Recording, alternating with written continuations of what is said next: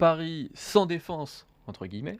Faut-il foncer sur Skriniar? Pourquoi Paris sans défense? Parce que plusieurs joueurs ont connu des blessures, plusieurs joueurs de l'arrière-garde. Alors il y a eu Presnel Kimpembe qui, selon l'équipe, s'apprête à revenir dans les prochains jours, notamment probablement la semaine prochaine.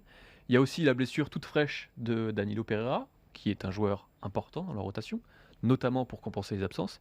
Et celle, plus importante certainement, de Nuno Mendes, l'arrière-gauche, qui lui, et comme son compatriote d'ailleurs, devrait être absent pour encore 3 semaines, un mois. Donc ça va rapidement nous amener jusqu'au mondial, et qui dit mondial dit ensuite hiver et mercato. Donc Paris doit déjà penser à lancer ce secteur qui est maintenant le secteur faible du Paris Saint-Germain. Il y a cette solution Milan Skriniar qui était déjà envisagée cet été, qui n'a finalement pas été au bout.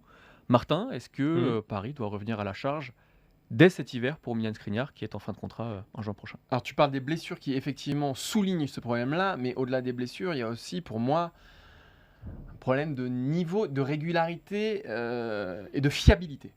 Parce que si on prend les 3 défenseurs centraux titulaires, même au fond il n'y en a quasiment que 3 dans cet effectif-là, et Kimpembe pour des raisons sportives, Ramos pour des raisons de santé, Marquinhos pour ce qu'on voit depuis un an et demi.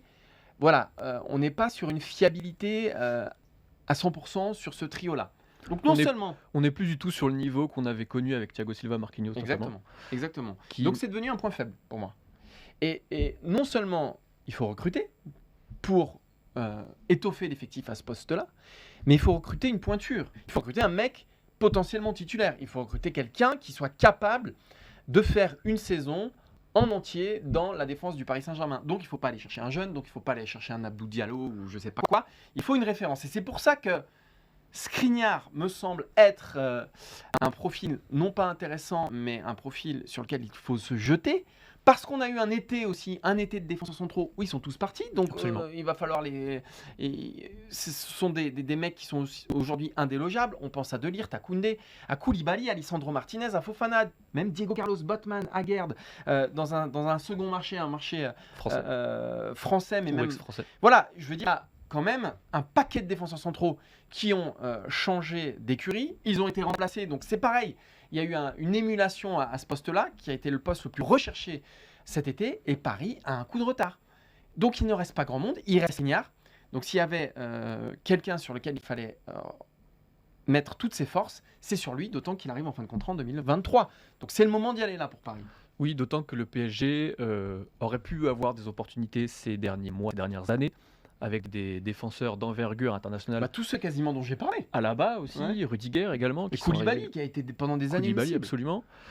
Tu parlais des joueurs fragiles. On peut également citer Juan Bernat, qui aujourd'hui est le titulaire puisque Mendes est blessé, qui n'est pas le joueur le plus fiable physiquement.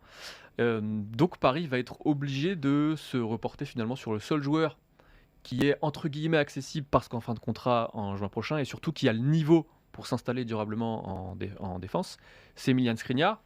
Le seul problème, c'est que l'Inter a entamé des négociations pour prolonger son contrat et a d'ores et déjà fait savoir via la Gazzetta que même si prolongation il n'y a pas, il n'y aura pas de départ non plus cet hiver.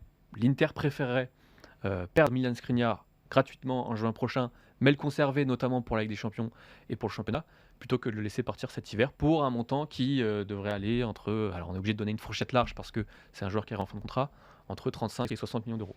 Mais du coup, il va rester qui Alors il restera peut-être un peu de... Voilà, c'est peut-être sur un marché français, mais où tu baisses d'un ton.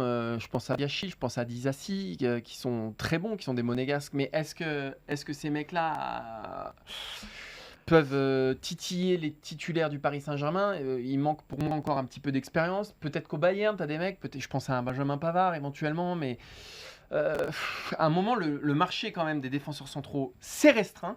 Paris a besoin de défenseurs centraux, donc il n'y a que des bonnes raisons d'aller sur Milan Skriniar. Effectivement, tu l'as dit, l'Inter, ils vont se régaler. L'Inter, ils connaissent les besoins du Paris Saint-Germain. Ils savent que Paris est plein aux as, ou qu'en tout cas, ils sont capables d'aligner des montants absolument colossaux sur des joueurs qui n'en valent pas du tout la peine. Mais là, finalement, c'est aussi Milan Skriniar qui va se régaler, parce que lui, il a toutes les cartes en main. Il est désiré par le Paris Saint-Germain. Il sait aussi que l'Inter veut le conserver coûte que coûte jusqu'à la fin de la saison. Donc lui est placé pour faire monter les enchères, notamment en termes de salaire. Le problème, c'est que c'est l'une des raisons pour lesquelles il n'est pas venu, en tout cas le PSG n'a pas réussi à boucler son arrivée l'été dernier, c'est parce que il y a un aspect financier qui doit être maîtrisé au Paris Saint-Germain. Luis Campos l'avait fait savoir lors de son interview à RMC, où il avait assumé, il avait dit qu'il n'était pas satisfait de son marché estival, notamment pour la question de la défense centrale, et que ça risque aussi de renforcer la petite guéguerre interne entre, d'un côté, Antero Henrique, qui lui doit gérer l'aspect financier, en tout cas qui se concentre là-dessus, et les négociations, et puis Campos qui lui voit plutôt l'aspect sportif. Vous êtes sur Copa Foot. Restez connectés. Nous sommes toujours là pour vous informer, car nos informations sont fiables et vérifiées. Faites-nous confiance et n'oubliez pas de abonner à la page.